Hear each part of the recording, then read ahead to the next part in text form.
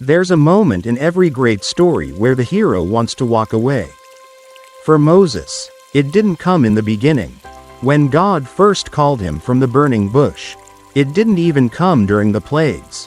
When Pharaoh's heart grew harder with every plea. No. The moment Moses wanted to quit came after the victory, after he had led the Israelites out of Egypt. After the sea had split and crashed back over the armies of Pharaoh. It came in the wilderness. And that's important to remember, because most of us expect the urge to quit to show up at the start, when the path is still uncertain. But for Moses, like many of us, it came after he had already obeyed. After he had already risked everything and seen God move. The people had been freed. But freedom, it turns out, was messier than slavery. In Egypt, they had food, they had water, they had structure, even if it was cruel. In the wilderness, there was no certainty, only sand, heat, hunger, and thirst. And those same people who once cried for deliverance now cried to go back. They said, "Was it because there were no graves in Egypt that you brought us to the desert to die?" Exodus chapter 14 verse 11. Moses stood in the gap between a grumbling people and a silent heaven. He had given up everything, his status in Pharaoh's court, his quiet life in Midian, even his excuses. He had done what God asked. But now, with every complaint, with every rebellion, with every demand to return to Egypt, Moses felt the weight press deeper on his shoulders. There was a night, we aren't told exactly when Moses came before the Lord, and he said something raw.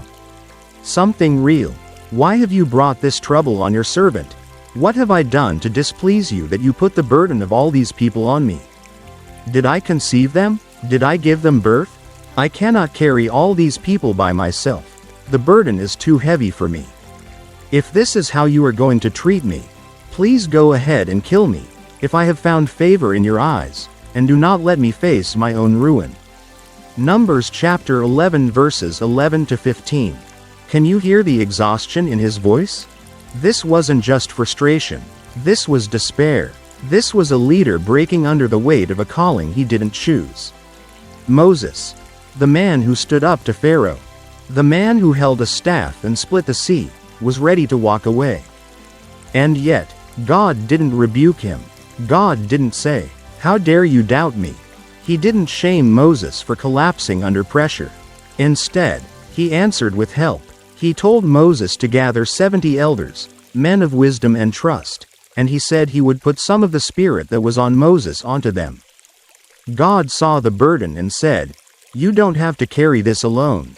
This is one of the most profound moments in Scripture, not because of a miracle, but because of mercy. Sometimes we think being chosen by God means we always feel strong. That if we're walking in obedience, we should feel peace. But Moses was obedient and exhausted. He was faithful and ready to quit. And God didn't disqualify him, he reinforced him. This is the lesson buried in the wilderness. Even when you want to quit, God still wants to walk with you. We all face moments like Moses. Maybe not leading a nation, but leading a family, a project, a promise. And sometimes the weight feels unbearable. Sometimes, like Moses, we say, "God, if this is favor, I'm not sure I want it." If you've ever whispered those words, you're not alone. And you're not forsaken. Insert midpoint call to action. Before we continue, if this story speaks to something deep in you, if you've ever stood where Moses stood, tired and unsure, consider liking, commenting, and subscribing to support this journey of faith and storytelling. Your encouragement helps bring these messages to more hearts that need them. Now, let's return to the story. Moses didn't quit that day, not because the burden lifted immediately, but because God stepped into the burden with him. God gave him people. God gave him strength. God gave him the reminder that even leaders need help. And perhaps the most beautiful part is that Moses continued, not with ease, but with honesty. He remained human. He continued to cry out. He made mistakes. He got angry. He struck the rock instead of speaking to it. But through it all, God still called him, "My servant Moses, who is faithful in all my house." There is something about that kind of faith, not perfect, but persistent. The world celebrates victory, but heaven celebrates endurance. It would have been easy for Moses to measure his success by results, to look at the whining people and think, "I've failed." But that's not how God measured him.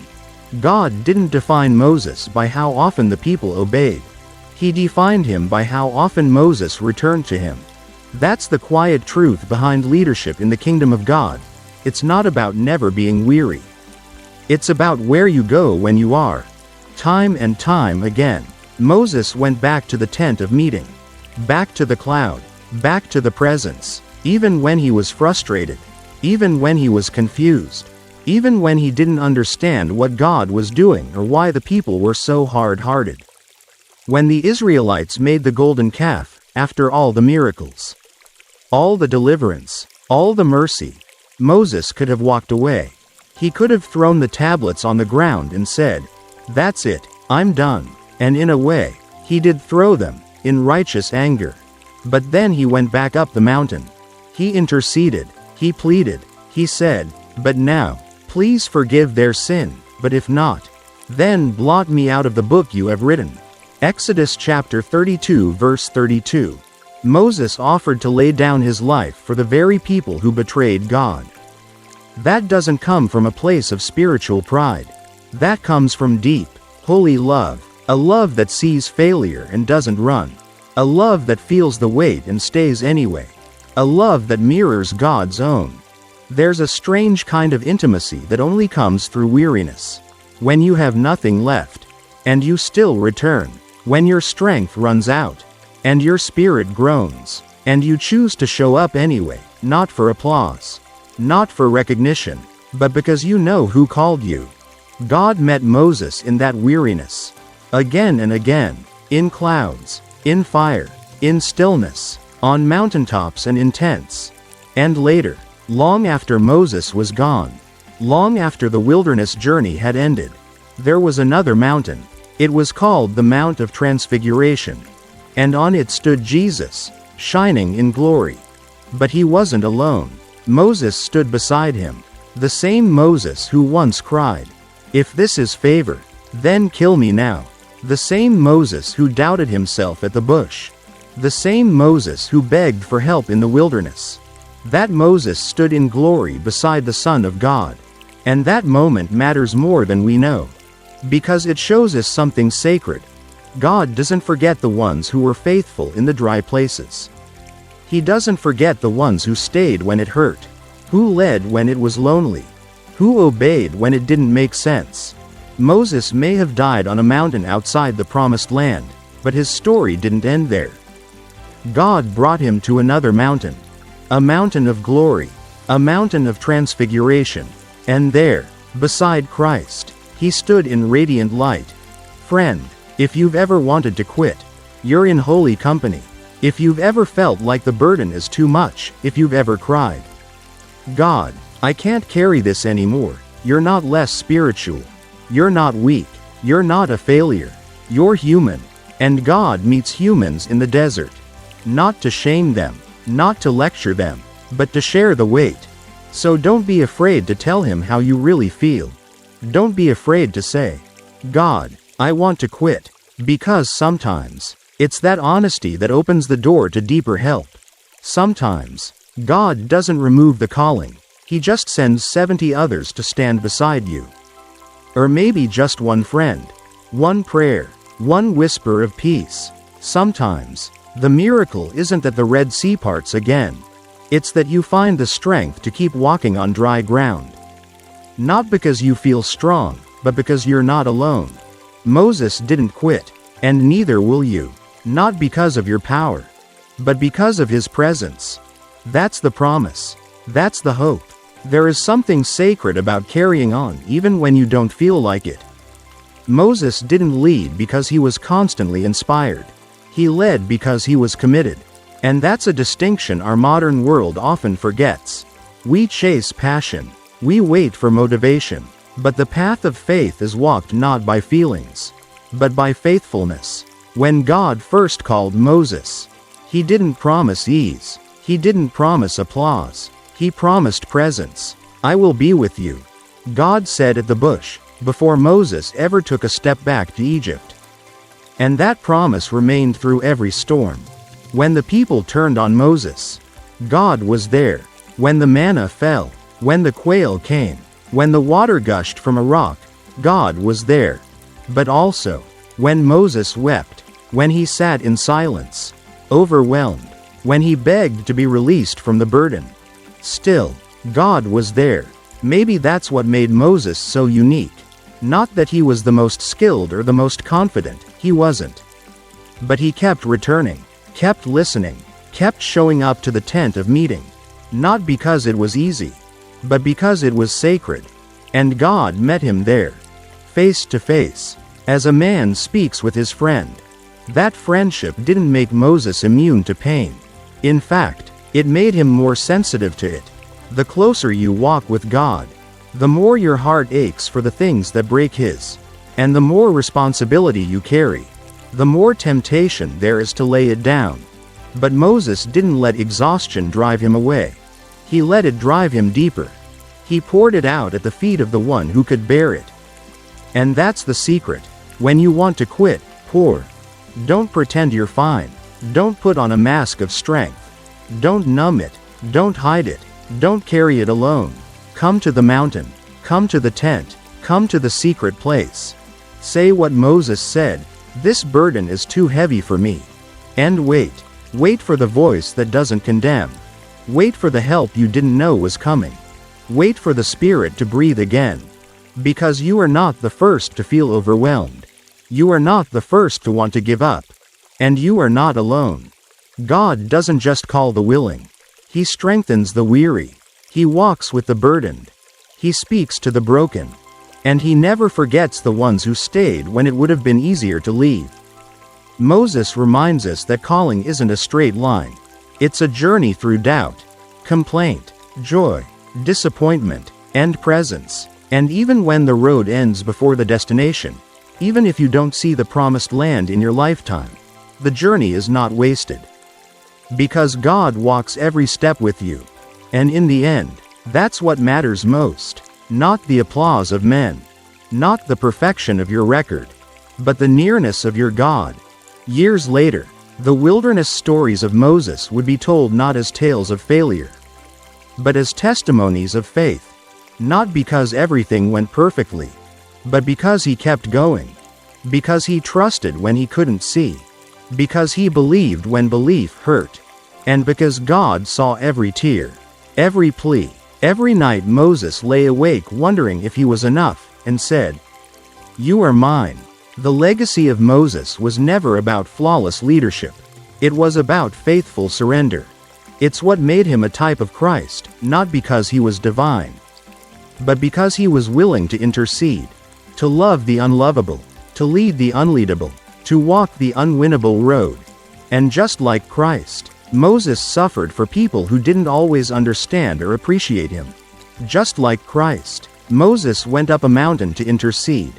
Just like Christ, he longed to see the glory of God. And though he died in obscurity, buried by God's own hand, his name is remembered in glory. That's what we must hold on to. Not every story will have a happy earthly ending. Some dreams will remain unfulfilled. Some promises will be seen from a distance. But that doesn't mean the story is over. It means the author is still writing. Moses may have never set foot in Canaan, but he walked in glory with Christ. He may have been buried in a desert, but heaven knew his name. He may have cried, "I can't do this anymore." But God replied, "You don't have to do it alone." And that's the promise we carry too. We are not called to be heroes. We are called to be his. When Moses wanted to quit, God didn't push him away. He drew him closer. He invited him into deeper partnership. He gave him help, comfort, presence. He taught us all that weariness is not a disqualification, it is a doorway. A doorway into honesty. A doorway into shared burden. A doorway into deeper trust. So if you find yourself today in the wilderness, tired, unsure, empty. Remember Moses. Remember the God who listens to tired prayers. Remember the God who meets you where you are. And remember that even if you never see the finish line in this life, even if your name is forgotten here, there is a mount of transfiguration where your faith will shine. He sees every step, every sigh, every act of obedience done in secret. And one day, he will say, "Well done," not because you never faltered, but because you never gave up. Because you kept walking when quitting felt easier. Because like Moses, you were faithful in the house of God. And that is enough. More than enough. Let your story be one not of perfection, but of persistence. Let your voice echo Moses's, raw, real, yet still reaching toward God. Let your life be proof that calling isn't about glory. It's about God's grace carrying you through every moment you thought you couldn't survive. Because in the end, when your strength fails and your words run dry, His presence remains. And that is your portion. That is your prize. That is the God who stayed. So what do we take from the story of Moses, the reluctant leader? The weary intercessor. The man who stood between a broken people and a holy God. We take this. God chooses the weak to carry His strength. He doesn't call the qualified, He qualifies the called. And He doesn't leave us when we falter. He doesn't replace us when we feel broken. He walks with us. He lifts us. He whispers, "You're not finished yet." When Moses said, "I can't do this," God didn't answer with a lecture. He answered with a solution. With help. With the promise that Moses was never meant to carry the weight alone. And neither are you. Whatever burden you're carrying, whatever dream feels too heavy, whatever calling feels too high, bring it to Him. Tell Him how it feels. Tell Him what hurts. Tell Him the truth. Because that's where the strength begins. Not in pretending to be strong, but in allowing yourself to be held. This is the mystery of grace. The moment you admit you can't, is the moment He shows you that He can. That He has. That He will. Even when Moses stumbled. Even when he struck the rock instead of speaking. Even when he broke the pattern. God still honored him. Moses saw God's glory. Moses spoke with God as a friend. Moses left behind a legacy not of perfection, but of presence. And that legacy lives on in you. You may never part a sea, but you can part your heart to let God in. You may never lead a nation, but you can lead your family, your friends, your community with integrity and grace. You may never climb Mount Sinai, but you can find a quiet room where you meet with the Holy One, face to face. And in that space, even in your exhaustion, even in your, "God, I want to quit," moments, He will meet you. He will carry what you can't. He will place His Spirit upon you. And one day, you will look back and say, "I didn't quit. I walked with God." That is the story worth telling. That is the life worth living. That is the truth worth remembering when you're in your own wilderness. Moses' story wasn't just about deliverance. It was about endurance. Not just about miracles, but about faith in the silence. And so is yours. So keep going. Keep trusting. Keep returning to the tent. Keep speaking with your friend. And when you feel the urge to give up, remember this one thing. Even when Moses wanted to quit, God never quit on Moses. And He won't quit on you. Not now. Not ever. And if today, as you hear this, you feel something stirring, a quiet ache, a tired hope, a question whispered in the dark, then know this too is holy. God hears what you don't even know how to say. He sees the burdens you've stopped mentioning to others. He understands the exhaustion buried beneath your service. And still, He calls you forward, not because you are unbreakable, but because He is, not because you are enough, but because His grace is sufficient. Remember the voice from the bush? "I am who I am." That voice didn't change when Moses doubted. It didn't change when the people rebelled. It didn't change when Moses broke down and begged for release. I am still was. And I am still is. He is still the God of the wilderness. The God of tired leaders and trembling hands. The God of silent prayers and surrendered dreams. The God of the ones who almost gave up. And if you are one of them, take heart. You are not alone. You are not failing. You are not forgotten. You are seen. You are carried. You are loved. So breathe. Sit in the stillness. Let the presence fill what you cannot fix. And when you rise, do so not in your strength, but in His. Because the same God who met Moses in the wilderness is here with you now. Still speaking, still listening, still saying, I will be with you. And that is more than enough. And when the final chapter of your life is written, not by the world, but by the author of your soul, it won't be titled by your failures or your fatigue. It will be titled by your faith.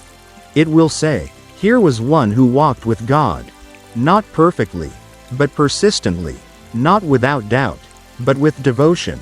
Because heaven doesn't look for flawless records, it looks for hearts that stayed soft through the storm. Like Moses, who began as a stammering exile, hiding in Midian, unsure of his voice, and became a man whose voice shaped the story of a nation. Who started with fear and ended with glory.